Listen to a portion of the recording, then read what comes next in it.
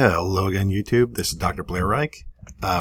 Normally, I don't like to go into total conspiracy land. I like to go stick with some observations. But this Florida storm has me thinking. So I just want to share a thought. I don't know if this is right or not, but it's certainly something that's worth exploring. So this one's entitled, Grab Your Tinfoil Thinking Cap for a Second, Florida Storm. So this is the storm, a nice skull-looking storm, very ominous. This is HAARP. We're going to talk about that or mention it briefly. I don't really want to be labeled a crazy conspiracy theorist. I try to make observations, and sometimes I theorize about them. It doesn't mean that I believe everything I theorize, but it's nice to have some sort of working hypothesis that I can compare against. So this is what I'm thinking is going on here, and then we're just going to kind of follow this pathway to see if there's truth to this or not. Anyways, weather modification is pretty real. Bill Clinton's Secretary of Defense talks about it back in 1997, and actually the technology is 100 years old because Nikola Tesla figured out how to do this. So this is William S. Cohen talking. It's a DoD news briefing back in 1997. Others are engaging even in an eco-type of terrorism whereby they can alter the climate, set off earthquakes, volcanoes remotely through the use of electromagnetic waves. So there are plenty of ingenious minds finding out that, minds out there that are at work finding ways in which they can wreak terror upon other nations. It's real. And that's the reason why we have to intensify our efforts.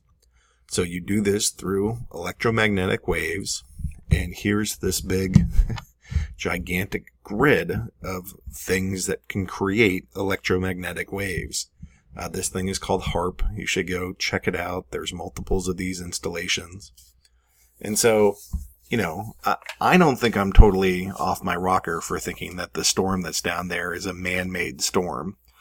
There's evidence in things like chemtrails where you can see the white line going across the entire sky. I've seen, after chemtrails have been sprayed, literally clouds that form 90-degree angles. And that doesn't make any sense to me. Nature doesn't work at 90-degree angles like that, especially with clouds and water vapor. There's no reason it should be at 90 degrees. That is industrial cloud formation.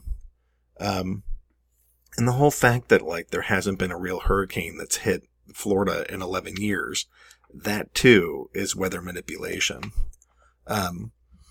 Okay, so just saying that the storm is man-made is not, to me, the world's craziest thought. What I'm going to link it to starts going off into a little bit of la-la land here, so just bear with me. There's an article that came out that talks about Julian Assange. He said for a long time, this is the WikiLeaks guys, and he says, look, I got information that's basically going to bring down Hillary Clinton, and he runs all over the place telling everybody that he has this information. And this is just a couple days ago, and I'm entitling this the October surprise that wasn't. He got up there and he basically rambled for about 30 minutes or 45 minutes. And everybody's like, this guy is the biggest idiot. Why would he actually go do that? He said nothing. And the article that's in that link there had a pretty compelling argument to me that the whole thing was actually kind of a nice setup and a nice trap. Because at the time that Julian was speaking, here's all the planned outages for the internet. And so he gets up there, he talks about nothing in this big hyped publicity stunt, and they find out where all the internet outages are going to happen and what the reaction is going to be to how Julian Assange would leak some major kind of event like that. And then 3 days later, a gigantic storm that hasn't happened in 11 years appears in the middle of nowhere, is coming straight for Florida, which has a good chunk of that, the outage happening down there. And so my tinfoil spidey sense is tingling, making me think there's a man-made storm, and it's not, the whole point of this thing isn't necessarily the goal is to get people to evacuate, because it seems like some seriously heavy shit is about to happen down there. And I'm saying that in part because of how the media themselves are reporting on this story. We'll see how well you guys can hear this, but... To Jacksonville, this moves 20 miles to the west, and you and everyone you know are dead. All of you. Because you can't survive it. It's not possible unless you're very, very lucky. And your kids die too.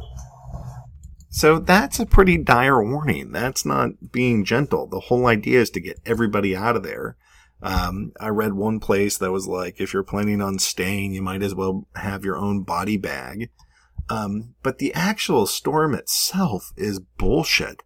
Like, what's actually hitting? Maybe some heavy rain. I've seen some downed palm trees. And not even the trees. It's just like the palm leaves or whatever that they're down on the road. But that's the worst of it.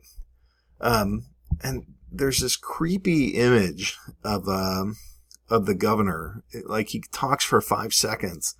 And just in those first 5 seconds, as soon as he announces that storm, he just gets this little smile.